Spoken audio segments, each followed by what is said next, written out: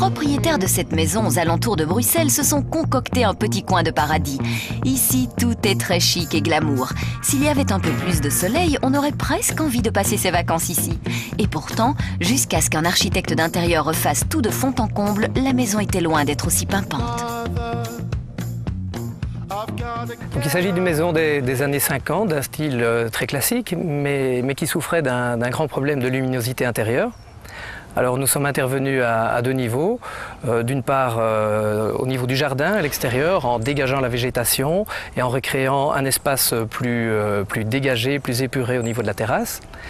Et d'autre part à l'intérieur de la maison. Là, nous avons supprimé toutes ces anciennes moulures, les anciennes boiseries intérieures qui mangeaient la lumière.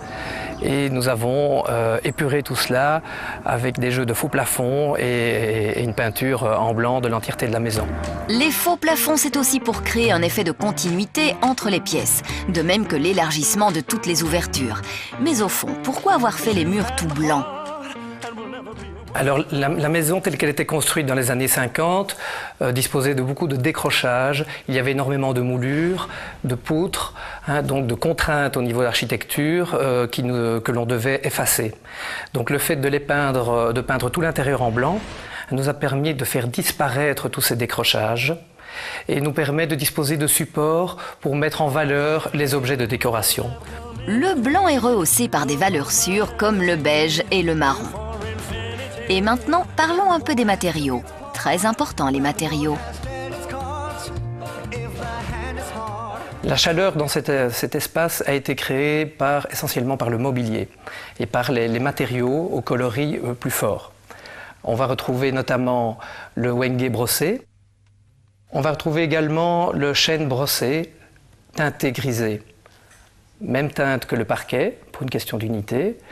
Et ceci dans différents espaces. Dans la chambre des parents, on le retrouve dans tout l'ensemble dressing, de même que le mobilier intérieur de la salle de bain. Sans oublier le marbre qui se retrouve dans l'escalier. Et oui, ça fait un sacré changement. Mais aussi dans les salles de bain et la cuisine. Le crème à Bramos n'est pas seulement exotique, il est aussi très sensuel au toucher. Pour achever de donner une touche luxueuse et glamour, le chrome scintille de mille feux aux quatre coins de la maison. À présent, rendez-vous dans la pièce la plus cocoon. Alors l'objectif dans la chambre était de fournir un espace très chaleureux. Très chaleureux. Pour cela, nous avons placé une moquette marron, donc d'une couleur assez soutenue pour réchauffer l'atmosphère. Et nous avons travaillé les dressings en plaquage de chêne grisé, tout comme dans le restant de la maison. Pour le reste de la décoration dans la chambre, nous avons réalisé du mobilier sur mesure qui permet d'intégrer notamment l'écran plasma, de dissimuler certaines techniques chauffage et de créer des bibliothèques sur mesure. Allez, une petite astuce de déco pour finir en beauté. Les bouteilles de vin blanc judicieusement éclairées, celles-ci on ne les boit pas. C'est juste pour le plaisir des yeux.